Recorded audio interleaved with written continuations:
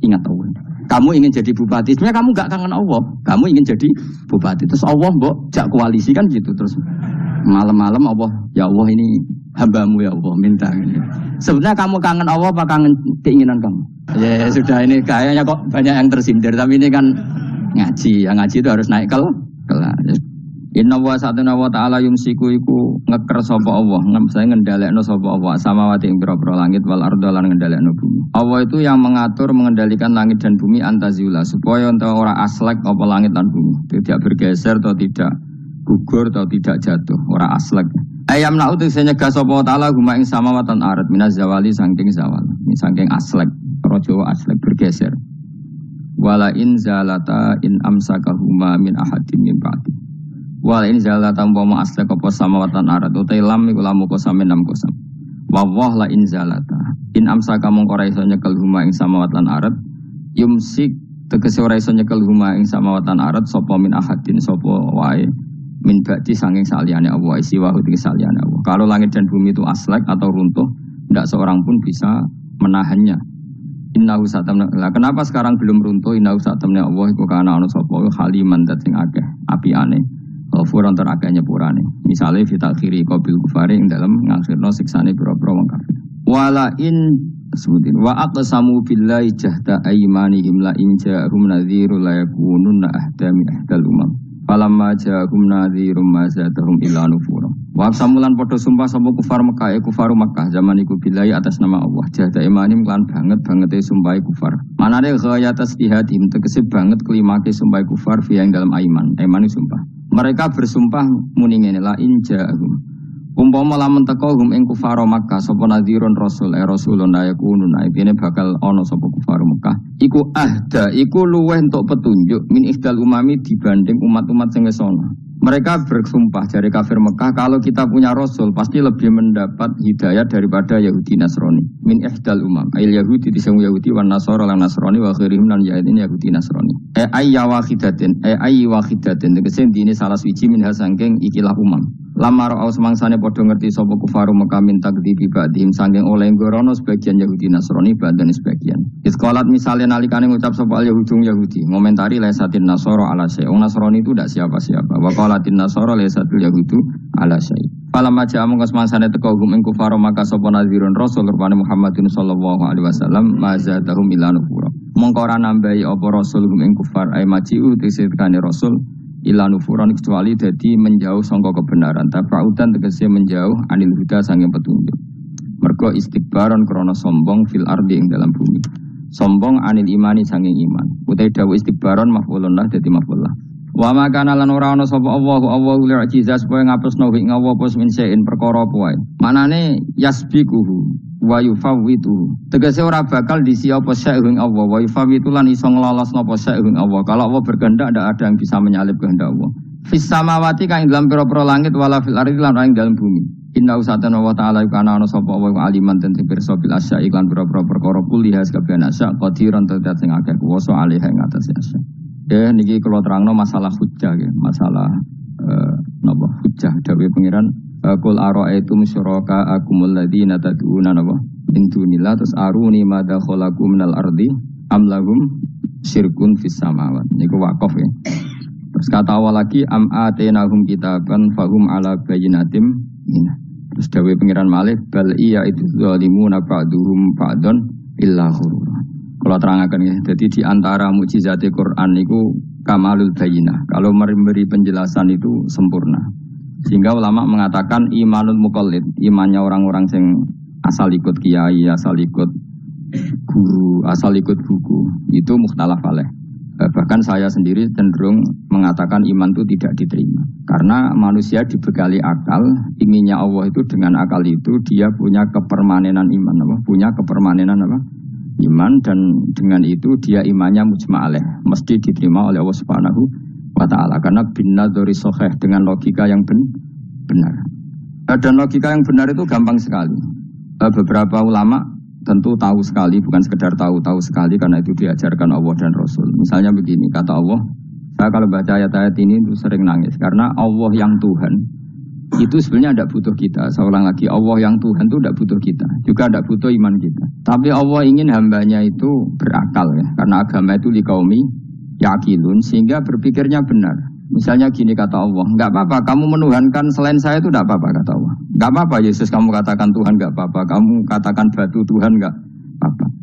Tapi tolong prosedur ya, prosedur atau persyaratan menjadi Tuhan itu kamu lengkapi, yaitu punya prestasi menciptakan langit dan bumi. Kalau tidak semua urun semen kata Allah, sementing urun. Gitu.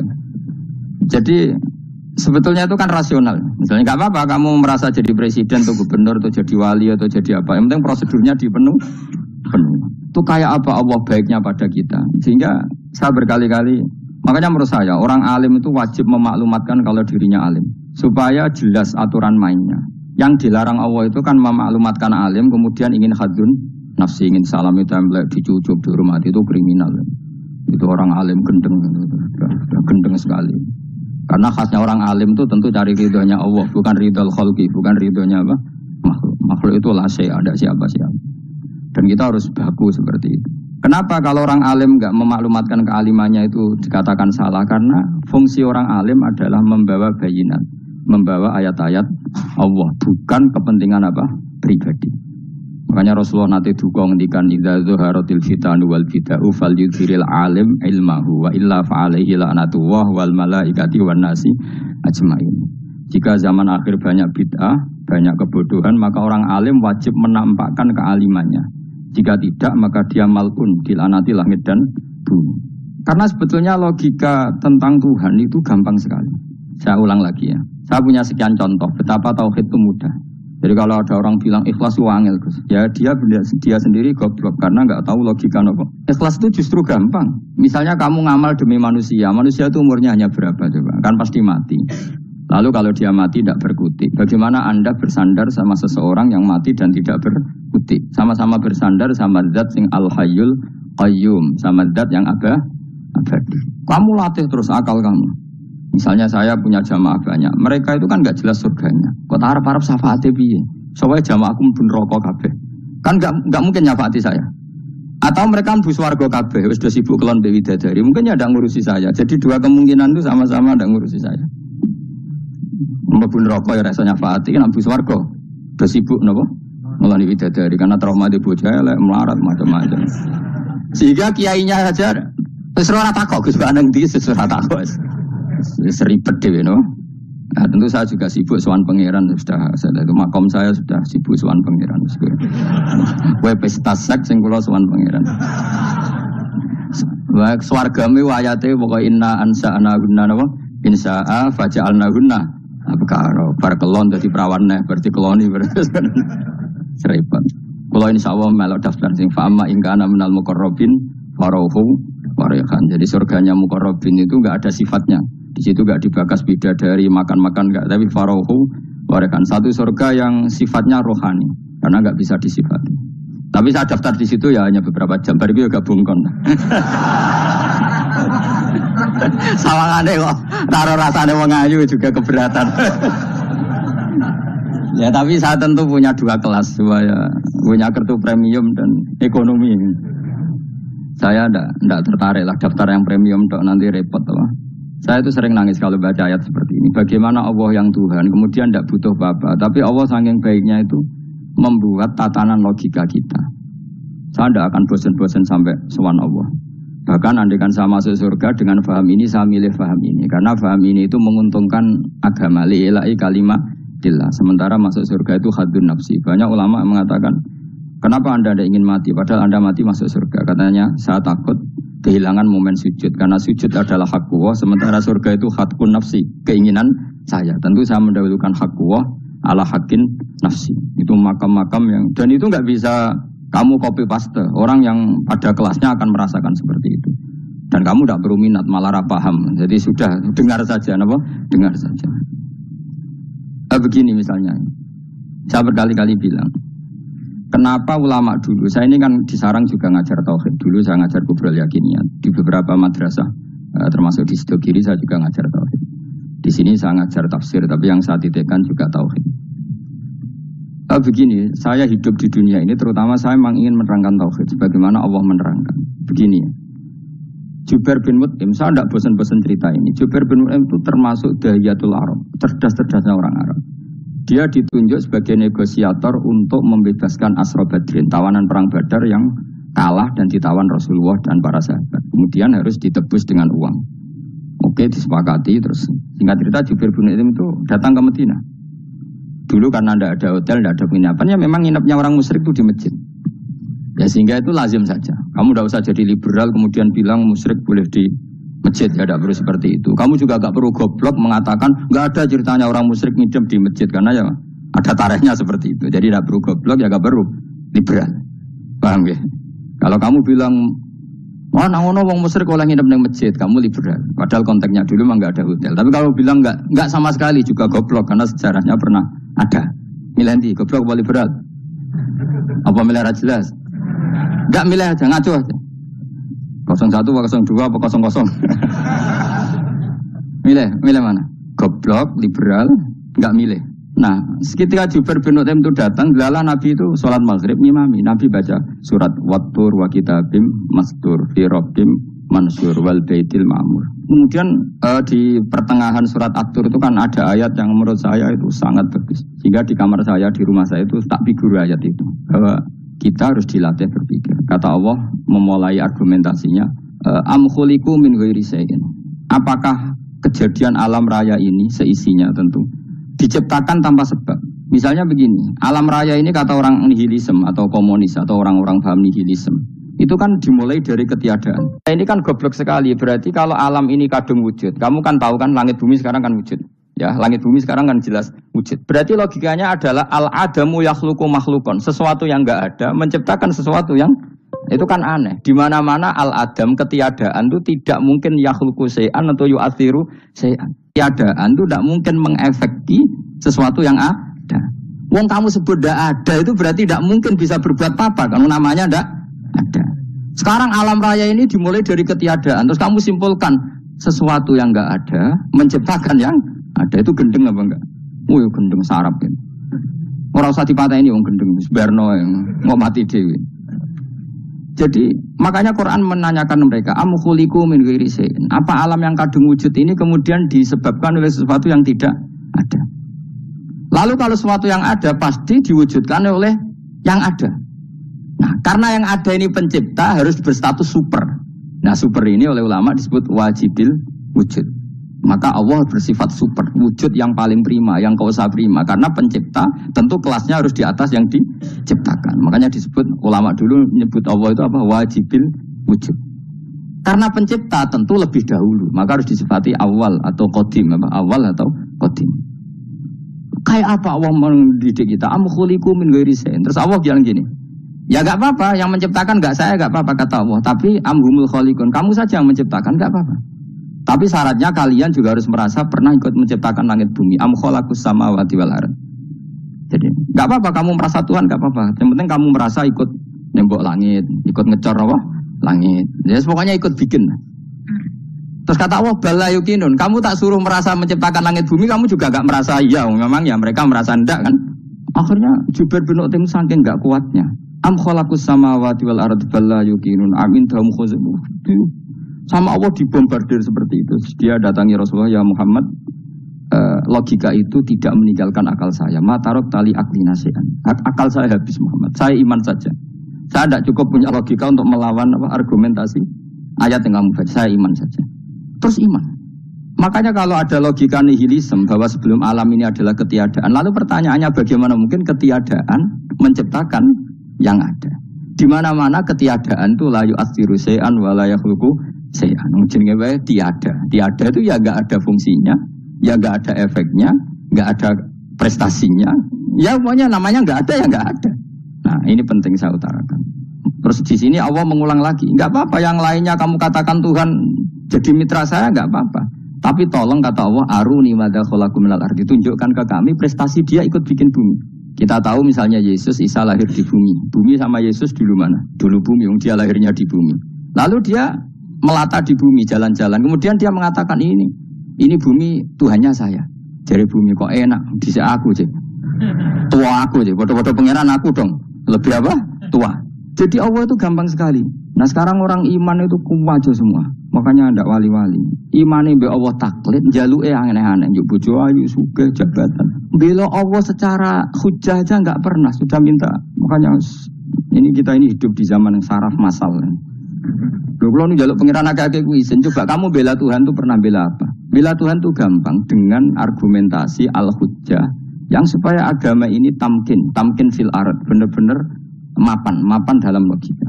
Yaitu tadi di mana-mana yang namanya sebab itu amrun wujudiyun, di mana-mana sebab itu sesuatunya harus wujud. Paling tidak kita sudah menolak nihilisme. Nihilisme. Lah wujud karena wujud awal harus berstatus prima. Lah prima itu dalam bahasa ulama disebut wajibil wujud. Makanya ulama dulu ngelatih kita itu pertama Allah itu siapa? Zat sing wajibil wujud. Itu satu filosofi yang luar biasa. Nah, kemudian setelah itu ada setan-setan kecil yang nganggur, yang iseng. Nah itu nggak usah kamu perhatikan. Tinggal delok TV, ngopi, terus tinggal nyate kelata. Enggak saya tamak, pingsan dhewe. Sokor-sokor stres dhewe. Dugaan saya, setan saya gue pingsan, kurang gizi. Karena memang setelah itu setan goda gini. Lalu sebelum Allah jangan-jangan ada wujud yang lain. Lalu Allah sendiri awal mulanya gimana? Kata Nabi, jika ada pertanyaan seperti itu kamu harus berhenti. Tinggal delok TV atau tinggal delok dangdutan. Ya kalau kepeksa ya apa-apa, kelasem aja. Saya tidak menghalalkan tapi kan sudah kamu lakukan.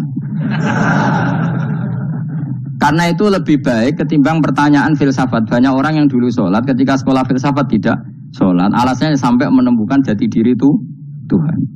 Dan itu bahaya sekali karena Nabi berkali-kali bilang kamu jangan mikir tentang Allah pasti rusak. Orang kok mungkin rusak dari Nabi pasti rusak. Nah cara menghentikan gimana? Karena setan ini makhluk, akal-akalannya gampang. Tadi tak warai. Ini saya sebagai ulama atau sebagai manusia atau sebagai orang awam atau sebagai siapa saja. Kadang ada pertanyaan seperti itu. Tak tinggal anggeling dharma, kan pusing setan. Ini kan ngenteni. Wah ngenteni bar lo anggeling dharma. Bariku aku lesu mangan mie, bar mangan mie waret turu. Kan dia ngenteni terus mau bikin was-was lagi. Ternyata saya sibuk kan enggak bisa masuk deh. Bangun tidur aku selali pertanyaan tadi. Dinteni. Nah, dia masuk lagi aku sibuk ngajak anak jalan-jalan. Jadi saya kalau jalan-jalan di pasar itu wis enteni santai wae. Itu memang resep dari Rasulullah. Jangan sampai orang terjebak filsafat yang sampai menanyakan eksistensi Tuhan. Dan dia tidak mau iman, tidak mau sholat, tidak mau puasa sampai menemukan Tuhan itu siapa. Itu jelas minas syaitonir rajim, itu perilaku setan. Makanya Rasulullah setiap ditanya sahabat gitu itu Nabi guyu-guyu. Dan guyunya Nabi itu kata Nabi, baguslah kalau kamu takut Tuhan kalah kata Nabi. Nabi gojok gitu. Maka ada ulama yang punya seni berargumentasi yaitu Imam Ghazali. Jika setan tanya kamu lalu sebelum Allah jangan-jangan ada wujud yang sebelum Allah. Kata Imam Ghazali ya itu saja yang Tuhan. Yang Allah ini enggak jadi Tuhan. Ya berarti wujud sebelum Allah itu yang benar-benar Allah. Kalau kamu bayangkan lagi, jangan-jangan sebelum itu ada wujud lagi. Ya itu saja yang benar-benar Allah. Sehingga tetap Allah itu menang terus. Paham ya? Yang jelas jangan sampai didahului Adam. Karena kalau didahului Adam lebih ngeri lagi. Karena sesuatu yang enggak ada menciptakan yang ada. Itu lebih buruk lagi menurut akal. Menurut apa akal? Nah daripada kamu enggak salim Imam Ghazali, tinggal saja ndelok. Tadi ndelok sinetron. Itu yang lucu aja. Tidak sing lucu-lucu. Pendelok apa mencari Tuhan. Pokoknya saya aneh-aneh, saya mau goblok-goblok, saya lucu-lucu, saya perane wong apa. Saya sering diproteksi saya. Gus Salim jenengan kok sering delok sinetron sing ana dialog kok goblok-goblok. Wong goblok itu menarik cara kula. Apa ya? Cara pandang itu di luar dugaan saya karena kula berkali-kali lho kalah wong goblok. Jadi makanya. Ini tak ceritani beberapa kali yang jari Gus Pak cerdas berkali-kali kalah wong goblok. Ada seorang santri itu ingin dibelikan bapaknya itu sepeda motor. Bapaknya wong desa, senengane ngrumat sapi wedhus. Nah, menurut saya ya orang tuanya itu mampu lah, sangat mampu untuk beli itu. Pak mbok ditukokno mawon wong sepeda motor. Kata bapaknya, "Anakku itu jog mondok tak goblok, Gus. Wong njaluk kok sepeda motor, njaluk mobil ora ya goblok. Lah kok goblok, Pak? Jenenge donya iku Gus, sing lahirno donya kok sapi iku ndek anak, wedhus ndek anak jenenge donya. Di mana-mana jenenge donya sing lahirno donya. Iki donya kok mangan donya. Mergo motor iku kan tuku bensin, mobil. Iku cara dekne iku goblok Gus. Batin berarti kabeh kiai goblok perkarane tuku donya sing ngentekno donya. Cara dekne donya iku sing lahirno donya. Batin kok pinter iki batin. Untungnya saya ini ulama ya, ahli tafsir ya malu. Sebenarnya kalah itu ya malu. Tapi saya sebagai orang objektif fair, itu teori benar apa? Jadi donya itu ya sing lahirno donya. Donya kok mangan donya iku goblok. Untungnya dia dengan saya itu jaraknya 5 kilo 7 kilo karena di situ. Lala dia diterkon sepeda motor, tapi tetap mau kalah. Pak, nanti jalan kaki saja. Karena kalau pakai motor ini kegoblokan kata saya. Terus mendingan nih, loh Gus mau kalah tadi.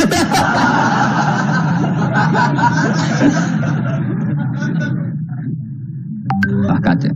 Singkat cerita dia bersikeras, nggak mau beliin sepeda motor anaknya karena di mana-mana dunia gue sing lahir no dunia, nggak boleh dunia kok mangan. Ini satu kegoblokan yang agak ilmiah tadi. Nah Imam Asy'ari juga ngalami hal yang sama. Imam Asy'ari itu punya, kita kalau ahli sunnah kan dua partai ya. Ya dalam ahli sunnah itu hanya ada dua partai juga. Kalau nggak Asy'ari ya Maturidi. Dan sama-sama alim. Ya kalau terpaut ya paling 5%, 7% kealimannya Asy'ari dan Maturidi. Imam Asy'ari itu bikin logika yang jelimet seperti saya sekarang ini, logikanya yang jelimet tapi permanen. Jadi yang saya ajarkan tadi itu logika yang jelimet tapi apa? Permanen. Karena tadi alam raya ini kadung wujud. Kalau kadung wujud pasti pewujudnya yang menciptakan wujud pasti adalah kewujudan. Karena al-adam la yu'athiru syai'an. Di mana-mana kenihilan tidak yu'athiru syai'an. Ya sepakat ya, gampang kan? Tentu wujud ini prima disebut wajibil wujud. Lalu Imam Asy'ari itu bersikeras. Kalau imanul muqallid itu tidak diterima. Sebanyak keberatan ulama, tapi Nabi nyatanya yaktafi bi imanil Arab al khalina anin nadur. Nabi nyatanya mencukupkan imannya orang-orang Bedui yang mereka itu kayaknya tidak bisa mikir. Ya, Nabi yaktafi bi imanil Arab itu wong desa al khalina anin nadur yang mereka itu tidak bisa apa? Berpikir. Ingat cerita Imam Asy'ari survei. Coba ayo kita tanya orang-orang kampung. Ternyata kegoblokan orang kampung itu ya ilmiah, masyhur itu. Imam Asy'ari saja harus belajar dari wong awam, wong goblok-goblok. Kita kok ingin ya Badawi bima araf tarubbak. Kowe kok iman be Allah itu bima araf tarubbak. Lalu kamu tahu Tuhan kamu atas nama apa? Dengan logika apa? Jawabnya enak. Al-ba'ratu tadullu 'alal ba'ir wa atharul aqdam yadullu 'alal masir. Angger ana tletong ya ana ontane. Angger ana bekas delamaane wong ya ana sing bar liwat. Jadi misalnya ada bekas teracak anjing, berarti anjing habis liwat. Ada bekas apa ular ya berarti ular harus liwat. Ada bekas teracak manusia ya berarti manusia habis liwat. La wa hadzal alam asarun min asari qudratillah. Alam iki bekas, mesti ana sing enggak. Jadi Mas Ari pinter juga, mesti logikanya gak jelimet tapi agar ana tletong ana sapine. Ana teracake wong berarti ana sing bar liwat. Dene ngomong gampang wa asarul aqdam ya dulu alal masir. Nah, terus Imam Asy'ari habis itu ngendikan, ya sudahlah dengan logika apa saja. Meskipun karena zori hadal Arabi bagaimana cara berpikir Bedui ini, sementing ada natur. Apa ada? Ada natur.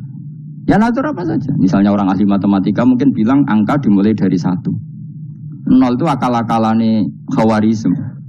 Mergo ini kebingungan nulis 10. Tapi tetap angka itu dimulai dari 1. Kalau misalnya 1 untuk mecah kesulitan ya harus dimulai 0,1. Tidak bisa 0 tok. Jadi 0 dulu itu untuk mematahkan kalau jumlah itu tidak sampai 1. Tapi faktanya jumlah itu kan pasti 1 karena dimulai dari wajibil wujud. Khawarizm itu ya pintar matematika. Saya juga punya ilmu hisamnya Khawarizm. Itu kan dia karena kebingungan angka pecah. Misalnya 1 tidak sampai 2. Mau tidak mau harus ditulis 1,5 misalnya. Paham ya? Nah, lalu kalau sebelum 1 tetap dia harus 0,5. Lalu hakikat 0,5 itu kan bagian dari wujud apa bagian dari Adam?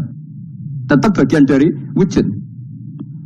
Jadi 0,5 itu kan khayal kuliah. Tak warai ya. Mungkin saya ada ahli matematika ala wong kampus, tapi saya tahu Kang, ala Islam itu lebih gampang. Misalnya gini, sesuatu itu kadang kamu putuskan itu satuannya 1. Tentu ketika separuh kamu katakan baru separuh. Tapi sebetulnya ketika satuan itu kamu katakan 10, yang separuh itu sudah 5. Itu kan terserah sing bagi, no?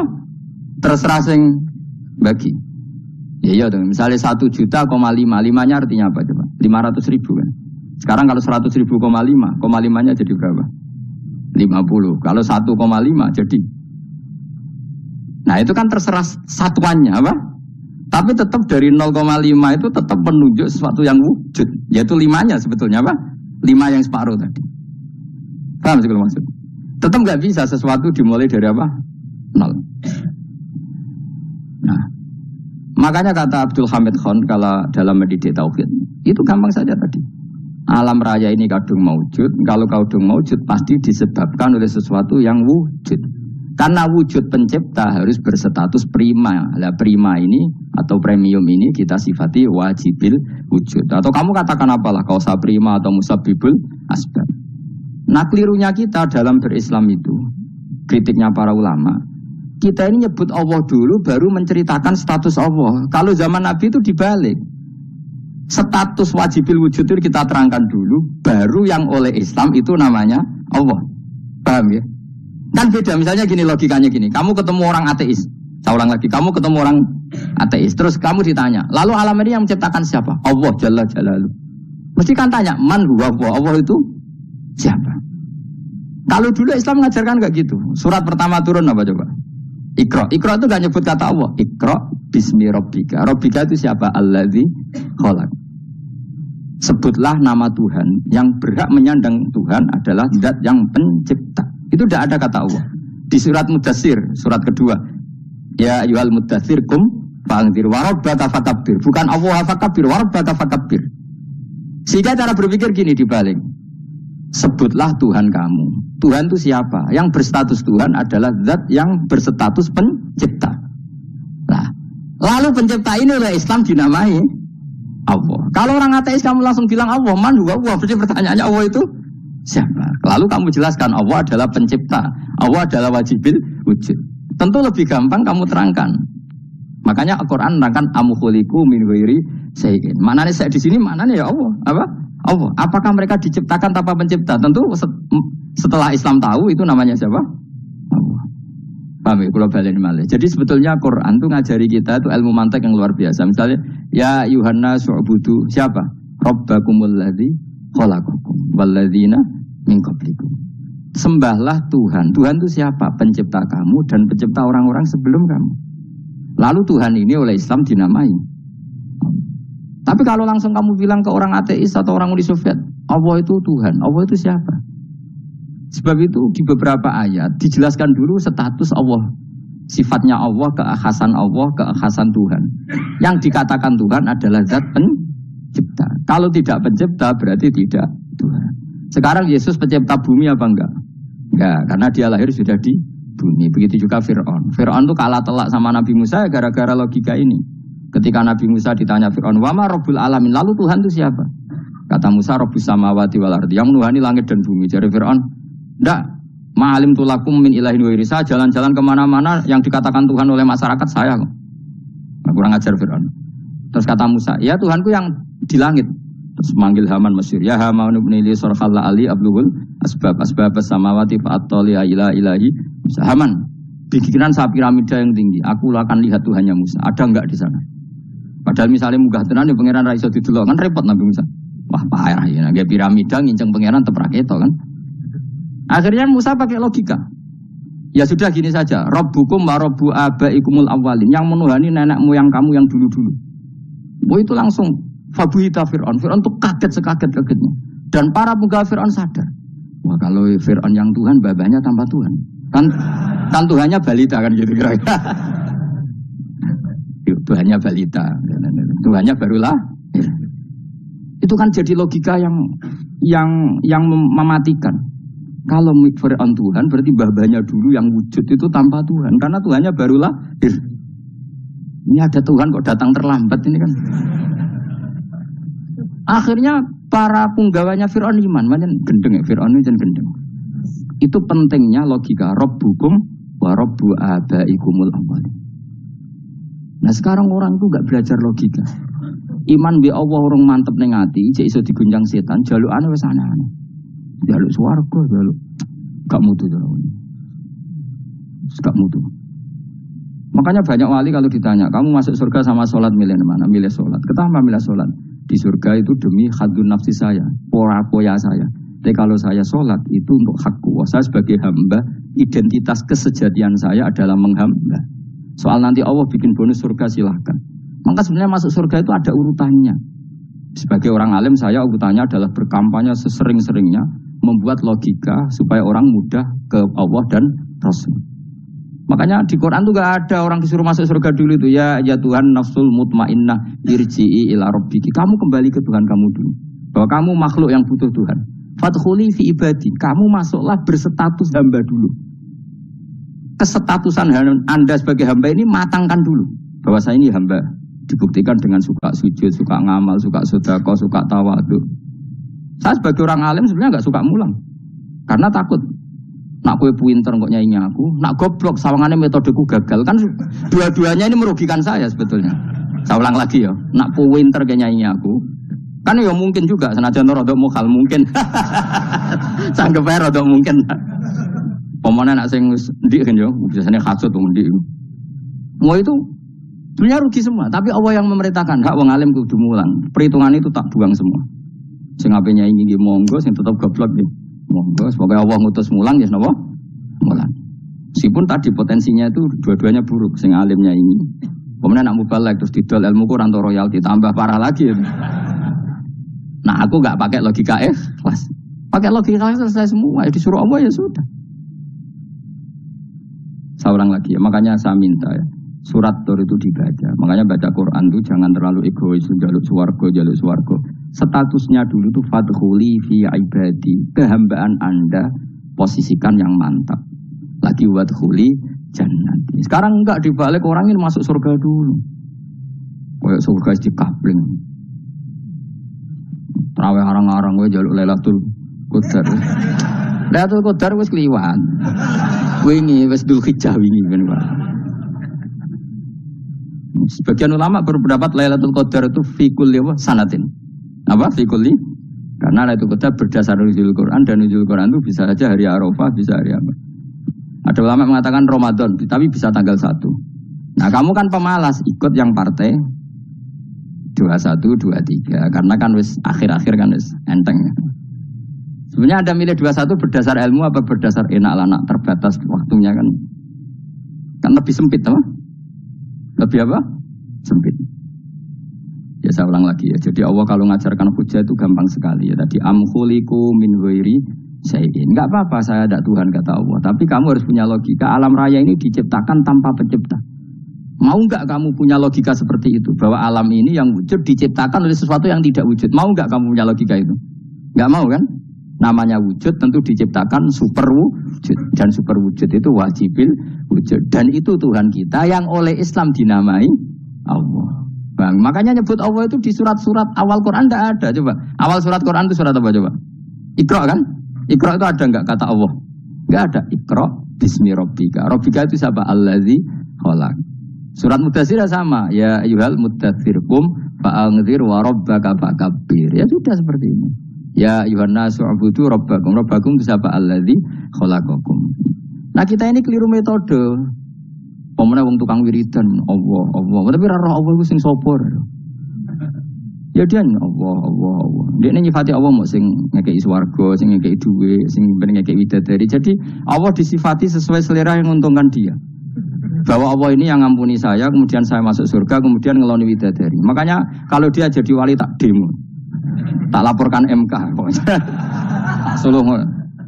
Karena ini wali pecundang. Bagaimana mungkin calon wali pikirannya khadzun nafsi? Kalau ulama agak gitu, mendikan Allah itu zat paling penting di dunia. Maka akan saya maklumatkan di dunia bahwa orang kembali ke Allah. Caranya gimana? Akan saya kenalkan Allah lewat logika. Caranya apa? Kita sifati wajibil wujud. Kita sifati rabbukum wa rabbu abaikumul awal. Dengan sifat-sifat yang semuanya mengarah ke dikjayaan Allah Subhanahu wa taala. Iku jenenge kowe bener-bener ulama. Iku disebut balwa ayatum bayinatun fi suduril ladzina utul ilm. Makanya ulama itu orang yang luar biasa. Sampai disebut innama yakhshawaha min ibadihil ulama. Ahli ibadah itu rapati wedi pangeran. Masih wiridan istighfar nangis itu rapati wedi pangeran. Gayane tok nangis. Karena sebenarnya dia nangis wedi ra mlebu swarga. Mlebu swarga gak iso ngloni.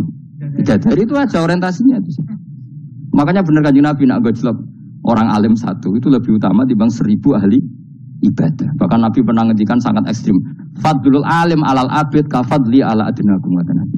Keutamaan orang alim dibanding ahli ibadah itu sebagaimana kelas saya kata Nabi dibanding kelas terendah kalian.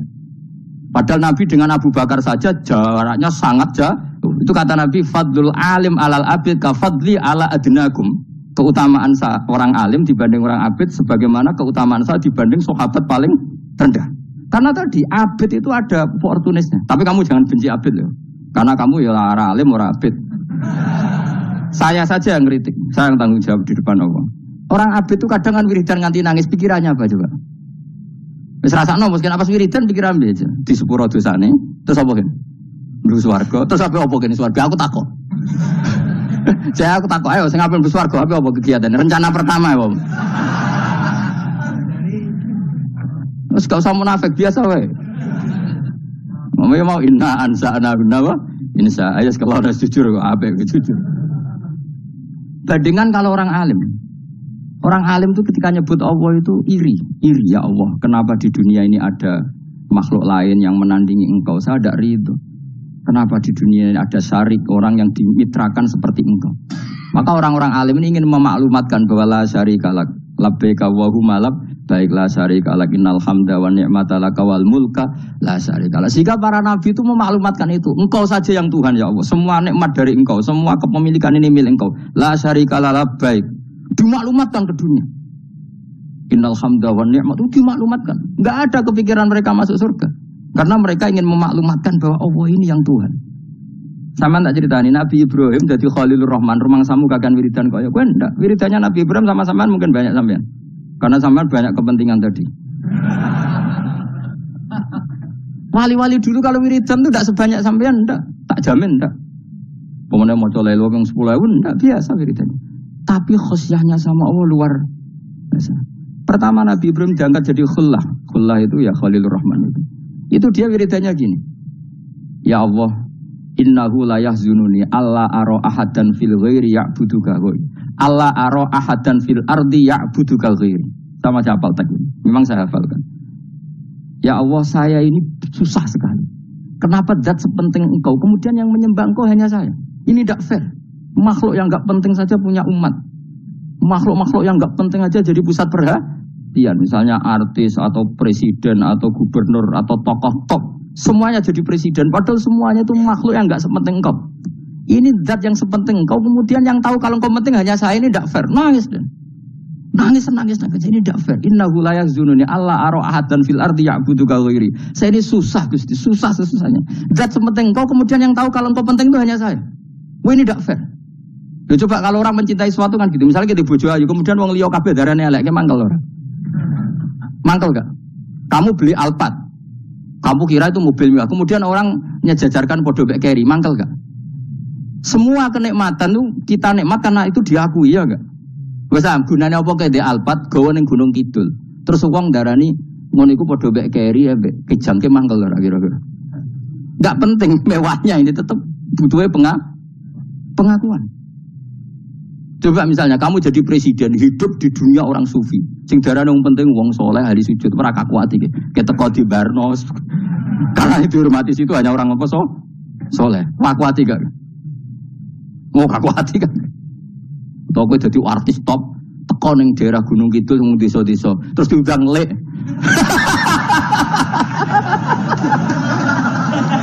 Oh, mangkel kan? Le bayang dong.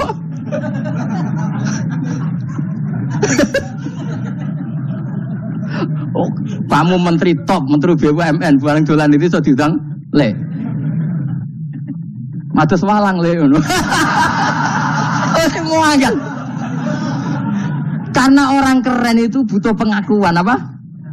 Meski misalnya di bojo ayu terus wong liya kabeh darane elek mangkel gak? Sebetulnya orang merasa nikmat itu karena pengakuan. Bayangkan andekan orang itu melihat Alphard itu tidak wow. Orang punya Alphard gagah enggak? Oh enggak gagah. Kalau orang lain enggak bilang apa? Oh. Dia mau misalnya di Goning desa terus orang desa nganggap kamu model tepak terus saya mau badhe numpang wedhus kula angsal Pak. Kagak itu. Habis kan. Makanya branded itu harus dimaklumatkan. Nah itu bayangkan Nabi Ibrahim. Zaman itu ada Raja Namrud yang dipuja-puja, ada orang kaya dipuja-puja. Kemudian engkau yang Tuhan, pemilik langit bumi, enggak ada muja-muja engkau. Ini enggak fair ya Allah. Nangis. Orang kok kowe eling pangeran saja nih, swarga Gusti. Dasar gak bakat wali. Terus saya itu pernah kangen Nabi Ibrahim itu sampai nangis dan itu saya tidak berdoa. Semua yang terkait Nabi Ibrahim itu saya baca. Mulai surat Quran, tafsir tentang Ibrahim. Dan sampai saya di Kudiro di Tegirawa pernah ziarah ke makamnya Nabi Ibrahim. Itu saya hampir nggak pernah doa. Saya isek. Ya karena tadi ketika Nabi Ibrahim nangis-nangis gitu, ya Allah ini tidak fair. Engkau zat terpenting di alam raya ini, kemudian nggak ada menuhan dengan engkau, nggak ada merhatian sama ini, tidak fair. Susah sekali karena yang tahu engkau Tuhan itu saya toh. Masyhur itu sama Allah. Karena Ibrahim nangis-nangis itu terus sama Allah diterbangkan ke langit. Disebut wakadzalika nuri Ibrahim malakutas sama. Di langit ada jutaan malaikat sujud, jutaan malaikat ruku, jutaan malaikat baca tasbih. Nabi Ibrahim oke Gusti kalau gini ya benar, ini baru benar kata gitu. Makanya terus Allah dengan keangkuhannya, karena Allah punya sifat angkuh dan itu sah walahul kibriya. Kan sifat angkuh baik untuk Allah tapi tidak baik untuk makhluknya, dan Allah dengan sifatnya walahul kibriya. Kata Allah, kalau nasihati para nabinya, kamu tidak usah susah. Jika di bumi jarang orang nyembah saya. Innalladzina 'inda rabbika yusabbihuna lahu bil-laili wan nahar wa hum la yasamun. Kamu tenang saja. Orang yang di sana di langit-langit itu maksudnya para malaikat itu bertasbih siang dan malam. Wa hum la yasamun, dan mereka tidak berhenti-henti, tidak bosan-bosannya bertasbih. Jadi nabi itu baru terhibur kalau yang diidolakan itu keren. Itu nabi, itu wali. Itu wali kutub, itu wali. Kamu enggak nyebut Allah itu.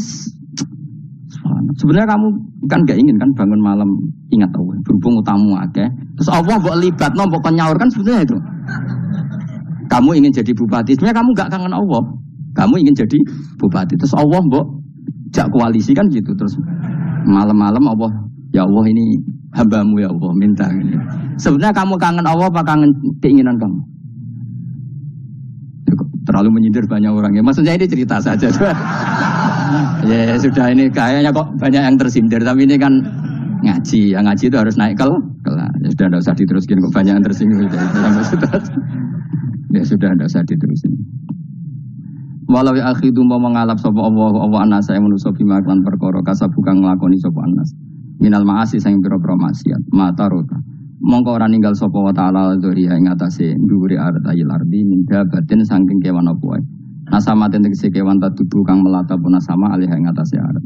Kalau saja Allah ingin merusak manusia karena dosa-dosanya, pasti tidak disisakan beberapa sesuatu yang jadi kebutuhan manusia, termasuk dabam, enggak ada hewan, enggak ada tanaman, enggak ada apa saja di bumi karena Allah ingin mengadab manusia. Tapi nyatanya di balik mereka maksiat tetap fasilitas kepentingan manusia ada karena sifat ghafurnya Allah, sifat rahmannya Allah. Walakin yu akhiru tetapi ini ngakhirna sapa wa wong akeh ila ajalin temeka maring batas musaman kang wis ditentono. Yaumil kiamat tegese dina kiamat. Fa idza ja mongko nalikane teko apa ajalum ajale wong akeh fa inna wa mongko satuna wa taala iku kana ana sapa wa bi ibadihi kan kaulana wa basiran dat sing mirsani. Fa ijazi mongko males sapa wa ing wong akeh ala amali ing atase ngamale wong akeh. Carane ngemalas Allah tentu profesional atau prosedural fi isabatil mukminin kelawan ganjar wong mukmin wa iqabil kafirin lan nyiksa wong kafir. Bismillahirrahmanirrahim. Suratu Yasin Makkiyah, tunte surat Yasin Makkiyah. Au illa qaulahu maksudnya Makkiyah bangsa periode zaman Rasulullah tesih teng Mekah. Au illa qaulahu kecuali dawuh Allah taala wa idza qila lahum anfiqu alayat niku. Au madaniyatun utawa sebagian ulama darani surat Yasin bangsa napa? Madaniyah isnatan iku loro wa samanun lan 80 apane ayatan-ayat. Jadi surat Yasin kabeh berjumlah berapa? 82 ayat. Bismillahirrahmanirrahim. Yasin. Ya semua ulama makna Yasin itu makna nama lain dari Rasulullah Muhammad sallallahu alaihi wasallam. Meskipun secara ikhtiyat, secara hati-hati mufassir biasanya bilang Allahu a'lamu bi muradihi bi. Allahu a'lamu dat sing pirsa bi muradihi kelan kersane Allah bi iklan Yasin. Tapi kita tahu secara ahwalul ulama, ya saya ulang lagi, kita tahu secara tradisinya ulama tetap mengatakan Yasin maknanya ya Muhammad. Buktinya terusannya apa? Innaka laminal mursalin. Innaka ke siapa coba? Ke Nabi kan, Nabi Muhammad. Berarti Yasin wahai Muhammad kamu adalah mursalin. Apalagi ada istimal yang sudah konsensus seluruh dunia. Misalnya sholatullah, salamullah ala toha rasulillah, sholatullah, salamullah ala Yasin habibillah. Jadi makanya saya berkali-kali bilang, saya pernah ngisi pengajaran tafsir di Madura juga bilang gitu. Ada disiplin ilmu tafsir dan itu kadang ketatnya ikhtiyat. Ikhtiyat itu hati-hati. Sehingga tetap bilang Allah alamu bimuradi bidhalik. Tapi meskipun demikian, ada konsensus masif dari para ulama yang menggunakan Yasin Toha itu untuk Rasulullah Shallallahu Alaihi wasallam. Karena secara siakul kalam pasti demikian. Misalnya di juz 16 ya, surat Toha itu ya, 16 ya. Toha, ya Muhammad, ma anzalna alaikal qur'ana litasqa. Coba kalau Toha ada artinya Muhammad, lalu siapa? Ada kata ma anzalna alaika, apa? Coba sekarang Toha ganti ya Muhammad kan pas ya Muhammadu ma anzalna alaika al-qur'ana litasqa. Jelas ya? Secara siakul kalam Toha menunjuk siapa? Muhammad, karena tulisannya ya coba ya. Toha diganti kata Muhammad. Ya tentu diganti secara mana? Ya Muhammadu ma anzalna alaikal qur'ana litasqa. Yasin juga ganti aja. Ya Muhammad demi Quran yang hakim, innaka ya Muhammad laminal mursalin. Sehingga meskipun mufassir secara disiplin ikhtiyatnya, kehati-hatiannya bilang innaka laminal apa? Awa a'lamu bimuradihi bidzalik, tapi secara ahwalul ulama tetap Toha dan Yasin adalah ismun min asma'i Rasulillah sallallahu alaihi wasallam. Kayak tadi apa? Salatullah salamullah ala Toha Rasulillah, salatullah salamullah ala Yasin habibillah. Jelas ya. Jadi antara istimalnya ulama itu beda dengan keikhtiyatan mufassir, dan tentu kita milih yang istimalnya ulama. Karena itu lebih gampang supaya kata alaika khitab itu kena apa? Kena mukhatabnya siapa? Terus ketiga kata Ibnu Jarir At-Tabari, enggak mungkin Allah mengkhitobkan sesuatu dengan sesuatu yang enggak bisa dipahami. Karena orang Arab dan zaman itu paham Yasin adalah Rasulullah, Toha adalah Rasulullah, sehingga ada khitab itu. Buktinya orang kafir zaman itu enggak pernah menyoal gini. Muhammad katanya Quran itu indah, mudah dipahami. Ternyata ini adalah lafaz-lafaz yang kita tidak paham. Nyatanya orang kafir tidak gugat seperti itu. Itu menunjukkan bahwa penggunaan Toha dan Yasin adalah ma'ruf dan difahami. Paham? Jelas ya? Nah, soal nanti ikhtiyat, ya ikhtiyat saja kita ikhtiyat, paham ya? Tapi tetap difahami apa? Tetap difahami. Buktinya jelas kan Toha ma anzalna alaika. Berarti diganti saja apa? Ya Muhammad ma anzalna alaika al-Qur'ana litasqa. Pun jelas ya. Wal Qur'ani demi Qur'an al-Hakimi kang bijak. Ail muhkami tegese kang kuat utawa kang kukuh. Kukuh maknane indah, bi aji binasmi kelawan keajaibane susunan wa badil ma'ani lan keindahane makna. Innaka saat temne sira ya Muhammad wa Muhammad lamnal mursalin setengah sangking wong sing diutus. Sungguh termasuk wong sing diutus Allah. Ora sekedar diutus ala siratin kowe ngatasi jalur to dalan mustaqimin kang jejeg. Muti alai mutalikun ta'aluk bima perkara qabla kang sedurunge iki dawuh. Aitorikil anbiya tegese kowe iku sesuai dalane para-para nabi qabla ka sedurunge sira. Manane torikil anbiya ya tauhid tegese tauhid wal hudalan petunjuk. Wa taqidu tinau kiti bil qasami iklan qasam wa khairi lan liyane qasam rad niku nolak liqaul kufari marang ngucape wong kafir lagu maring nabi wong kafir komentar ning nabi napa lasta mursala Muhammad iku ra rasul. Terus Allah jawab innaka laminal mursalin. Tanzilal azizi kang kowe iku dadi rasul mergo entuk turunan untuk keturunan Quran sing aziz, sing tanzilal azizi. Kang Quran iku dadi sesuatu sing diturunno Allah sing aziz. Fi mulkihi dalam kerajaane wa ar-rahimi kang welas fi khalqihi lan makhluk Allah. Utai lafat tanzil wa khabar mubtada khabar mubtada. Ya karena Imam Suyuti baca tanzilu sehingga dia nergebnya mubtada. Tapi kira kita kan baca apa? Tanzila. Makanya saya berkali-kali ngaji itu sama guru. Imam Suyuti dia itu bacanya tanzilu, makanya dia nergep jadi khobar. Sementara kira kita tanzila, maka kita nergep jadi maf'ul mutlaq. Paham ya? Makanya kamu enggak usah bingung iki kok jadi khobar padahal macane tanzila. Utawa bingung mergo ora paham pilihane loro tok. Ya. Jadi yang jelas Imam Suyuti itu kadung milih rofa, makanya dia nergep khobar. Paham ya tanzilu, makanya dia nergep apa? Khobar. Kalau kita baca kan tanzila, maka itu maf'ul mutlak atau nyimpan kata abdahu. Ayil Qur'an itu kese Qur'an. Bi khabaru mubtada'in muqaddarin. Apa sing kang aran tanzilul aziz ya Qur'an tentu Qur'an. Qur'an tujuane ditungdira supaya ngekeki peringatan sira bil Qur'an kauman ing kaum muta'alikun bitanzil. Maung sira kang ora dikai peringatan sapa abahum bapak-bapak wong akeh elam yung daru.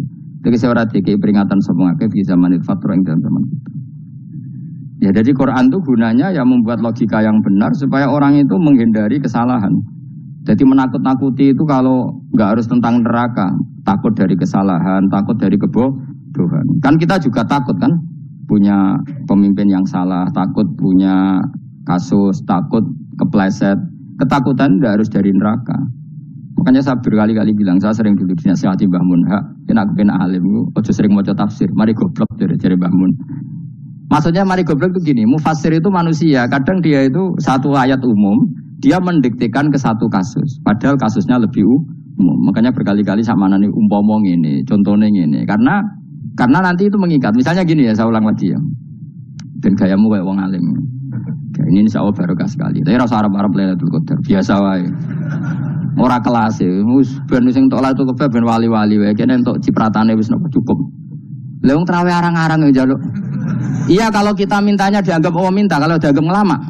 Coba andekan kapasitas Anda itu RT, minta jadi presiden itu ngelama apa doa? Tidak, jawab saja. Ngelama. Jatah kamu untuk azab kok njaluk Lailatul Qadar itu ngelama apa Anda? Mestinya njalukmu orang untuk azab wis bagus sih. Paham ya? Banyak ulama diajak istisqa gak mau. Banyak itu ulama. Ayo istisqa kita karena sudah lama gak hujan. Kata ulama tadi, jatah kita ini kena hujan batu dari langit. Gak hujan batu sudah bagus. Gak usah minta. Ulama macam-macam. Lah rai-rai ngene iki pantes untuk Lailatul Qadar apa untuk adab? Ayo jawab. Ayo. Orang untuk adab wis bagus. Yo dadi dongane ya Allah. Ampun jenengan siksa la tu'akhidna. Latu akhirnya maknanya njuk Lailatul Qadar pun ora disiksa. Ya makam kita itu masih Rabbana latu akhirna.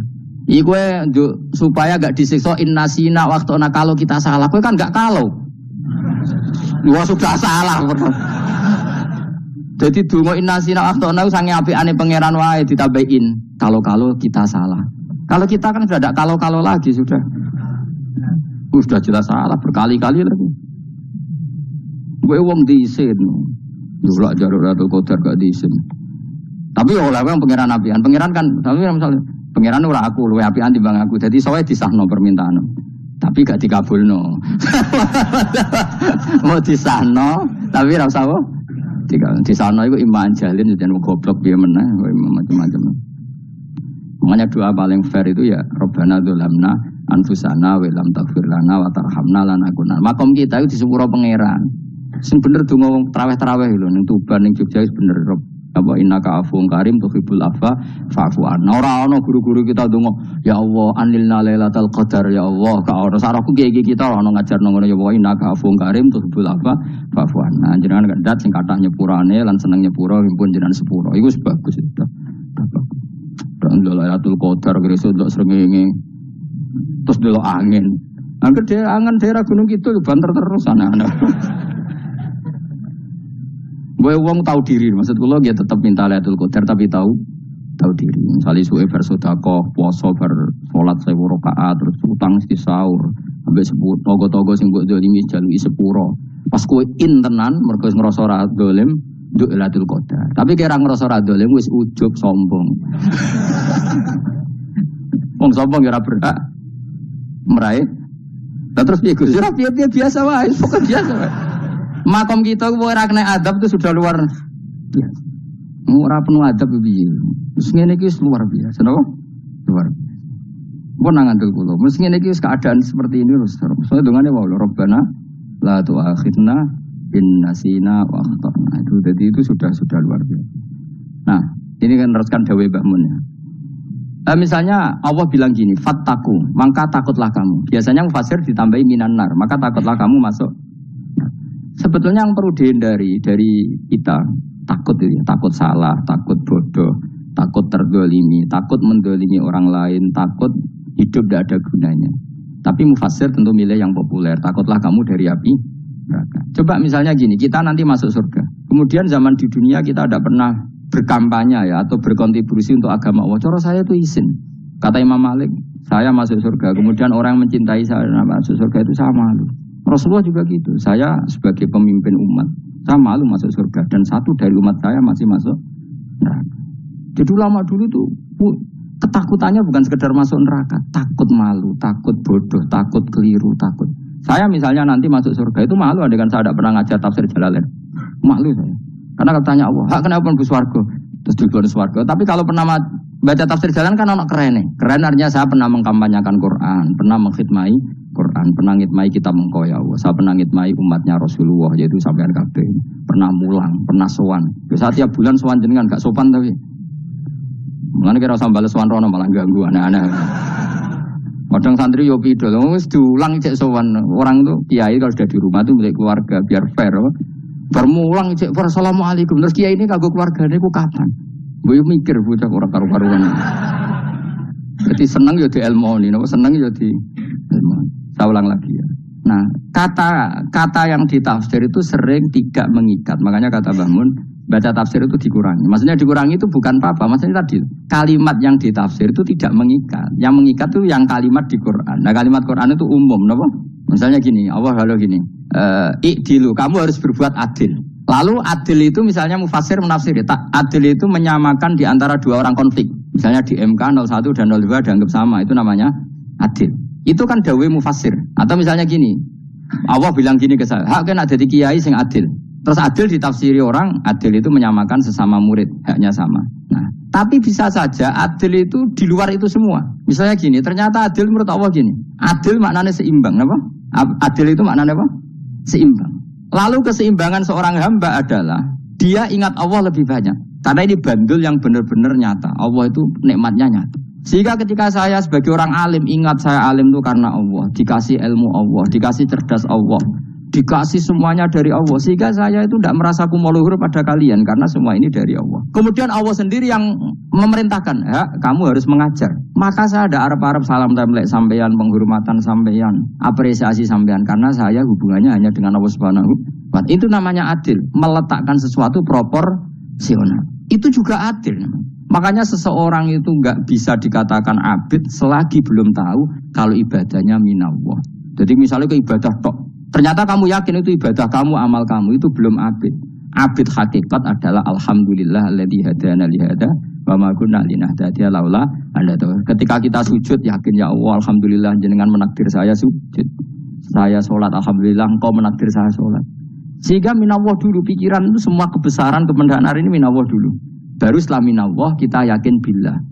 Setelah billah juga yakin ilallah. Misalnya gini Allah itu. Setelah saya ngajar tafsir Jalalain, kepentingan saya satu, hamba-hambanya Allah menjadi tambah mencintai Allah. Tidak mencintai saya, enggak penting sampean mencintai saya. Makanya Imam Syafi'i tiap ngajar bilang begini, waditu annal khalqa ta'allamu hadzal ilma wala yahmadunani. Saya senang kalau kalian belajar fikih sama saya, tapi kamu enggak usah muji saya. Jadikan fikih ini alat taqarrub kamu kepada Allah. Itu namanya minallah wa ilallah. Itu adil. Tapi adil yang dijelaskan ulama beda-beda tadi. Ada mengatakan adil adalah proporsional antara murid, antara keluarga dan murid. Meskipun kamu senang mulang, jangan merantarkan keluarga, itu udah adil. Itu kan versi, no? Maksudnya Mbah Mun, kamu jangan terjebak versi-versi dalam tafsir. Paham ya? Karena Allah hanya ngedikan i'dilu wa aqrabu. Paham ya? Tapi kan penjelasan adil ini orang versi. Paham ya? Ada yang nulis adil adalah meskipun mimpin masyarakat ya ingat keluarga. Karena sing tukang wayo kan nafsirin adil adalah karena laki tidak cukup istri satu maka ya kan yo repot nanti. Tapi kalau kadung istrinya 3 atau 4, adil adalah harinya sama meskipun janda dan perawan. Jari sing lanang gak adil adalah proporsional. Sing wis suwi dikumpuli dikurangi. Yang baru ya mungkin kabeh enggak kalau nuruti. Mungkin enggak? Ya, tapi itu kan versi, nama. Maka kata Mbak Mun itu memang sebaik. Saya itu merasakan, saya sebagai mufassir merasakan memang. Saya kan sering baca Jalalain beda dengan tafsir Munir, nanti beda dengan tafsir Qurtubi. Saya beri contoh misalnya. Dan kamu pasti salah jawab ini. Kalau kamu benar berarti ya alim tenan. Wa idza darabtum fil ardi falaysa 'alaikum junahun an taqsuru binas shalah. Orang kalau pergi itu boleh enggak ngosor salat? Enggak, jawab saja. Boleh kan? Ngosor salat itu apa? Misalnya sholat asar 4 jadi berapa? 2. Kalau isya jadi 2. Kalau subuh? Enggak, sudah maju lah. Maghrib? Enggak, kan yang bisa dikosor hanya berapa? Yang rubaiyah, yang apa? Berarti kamu yakin? Antak suruh minas sholat artinya 4 jadi 2, yakin? Enggak, jawab saja. Yakin. Nah itu termasuk orang pinter. Ya. Berarti ilmu lagi saktrip. Ya? Sebetulnya kata Imam Qurtubi enggak. Ayat itu kan hanya bilang gini, kalau kamu bepergian maka kamu boleh menyendak sholat. Qasru itu memotong. Dari aturan yang dulu 4 menjadi dua. Sebetulnya tidak hanya itu tok. Aturan tidak boleh membawa najis menjadi boleh. Aturan harus tumak ninah menjadi tidak harus tumak ninah. Misalnya kamu sholat dalam keadaan perang, wajib tumak ninah apa boleh sambil lari-lari? Boleh sambil lari-lari. Boleh gak ketika perang kamu sholat sambil menghadap tidak ke kiblat? Boleh. Makanya antak suruh minas sholat maknanya apa? Jika kamu pergi, maka dalam konteks itu kan perang ya. Ayat itu memang konteksnya perang. In khiftum ayyaftinakumul ladzina kafar. Jika kamu dalam keadaan perang, maka boleh memangkas apa yang pernah wajib dalam aturan sholat. Paham ya? 4 menjadi 2. Keharusan menghadap kiblat menjadi tidak wajib. Membawa najis sholat sah enggak? Enggak kan? Tapi kalau dalam perang, kemudian pedang kamu ada najisnya, boleh dibawa enggak? Boleh. Jadi maknanya taksuru a'ammu min ayakuna qasra sholat wa a'ammu min ayakuna wajibati sholat yang sekarang enggak wajib. Semua itu namanya juga meringkas kewajiban. Berarti namanya nih, jika kamu dalam keadaan perang maka boleh memangkas sesuatu yang dulu wajib menjadi tidak wajib, yang dulu haram menjadi boleh. Tapi mufassir mencontohkan qasrul sholat hanya 4 menjadi 2. Dong ya. Oh ya, nangke alim ngono tenan wis dokter tafsir wis. Engko tak iki sudah dhewe. Tapi ora perlu orang lain ngakui. Jadi itu contoh kecil. Jadi mufassir karena kebetulan dia tahunya hanya qasrul sholat itu 4 jadi 2, dia itu. Padahal di tafsir lain diterangkan qasru itu artinya menyingkat atau mencendak atau memangkas. Dulu wajibnya sholat itu gak boleh bawa sesuatu yang najis. Tapi kalau sholat dalam keadaan perang dan pedang kamu ada darahnya, boleh gak dibawa? Boleh, bahkan Allah menyuruh dibawa. Dan boleh gak madhep kiblat. Fa in khiftum farijalan auruk bana tadi faida amintum fadzkurullaha kama allamakum. Ketika keadaan aman baru sholat sesuai standar. Nah berarti kan ada qasrul sholat, ada pemangkasan aturan sholat. Kayak misalnya begini, dalam keadaan normal boleh nggak kamu motong pohon pisangnya tetangga tanpa izin? Nggak boleh kan? Tapi misalnya ada banjir bandang, kemudian kamu bisa selamat kalau motong itu wajib izin apa malah haram izin? Haram izin, harus kamu langsung potong, karena kalau tanpa begitu kamu dan yang punya wajib meridhoi. Kalau gak meridhoi disalahkan syarak malah. Paham ya? Jadi ini penyolongan yang wajib.